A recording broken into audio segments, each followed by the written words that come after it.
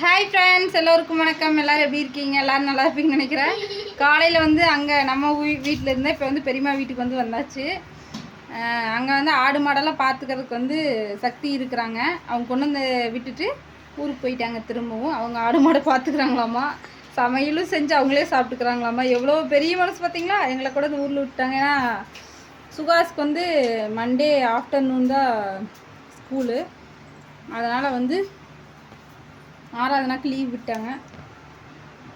3 நாள் லீவுங்கிறனால சுகாஸ் மாதரா காதரான்ட்டு அதான் பெரியம்மா வீட்டுக்கு வந்தாச்சு. பெரியம்மா படுத்துட்டு இருக்கிறாங்க, பெரியப்பா வந்து தூங்கிட்டு இருக்கிறாங்க. இப்போ வாங்க என்ன சமையல் செஞ்சுக்குதுன்னு பார்க்கலாம். ரொம்ப பசி ஓவராக இருக்குது. என்ன பண்ணுறீங்க?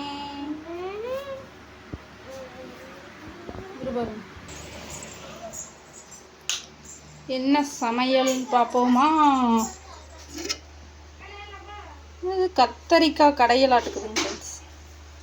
கத்தரிக்காய் தக்காளி போட்டுக்கு கத்தரிக்காய் தக்காளி புளி போட்டு கடையல் சூப்பராக இருக்குது. எனக்கு ரொம்ப பிடிக்கும். உங்களுக்கு பிடிக்குமான்னு சொல்லி கமெண்ட்ல சொல்லுங்கள்.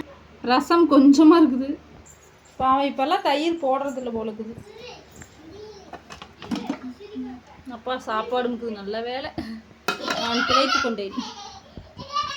ஓகே, சாப்பிட்லாமாங்க ஃப்ரெண்ட்ஸ். இப்போ வந்து நம்ம சாப்பாட்டை போட்டுக்கொள்ளலாம். பசி பயங்கரமாக இருக்குது. அங்கே காலையில் 8:30க்கே சாப்பிட்டது, இன்றைக்கி நேரமாகவே. அதனால் பசி பசி பசி பசி பயங்கரமாக இருக்குது. கரண்டி எதுவுமே வைக்கவே இல்லை பெரியம்மா. சரி, அப்படியே ஊற்றுவோம்.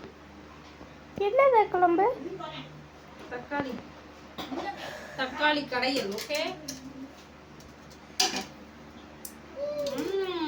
சூப்பராக சுதா. சாப்பிட்டு பார்க்குறியா? இது ஊட்டி விட்றேன்.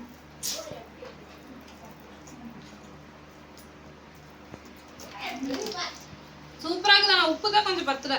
உப்பு போட்டு சாப்பிடணும். உங்கள் வீட்டிலலாம் என்ன சமையல் அப்படின்னு சொல்லி சொல்லுங்க. வாங்க சாப்பிடலாம். ஓகே, பாய்.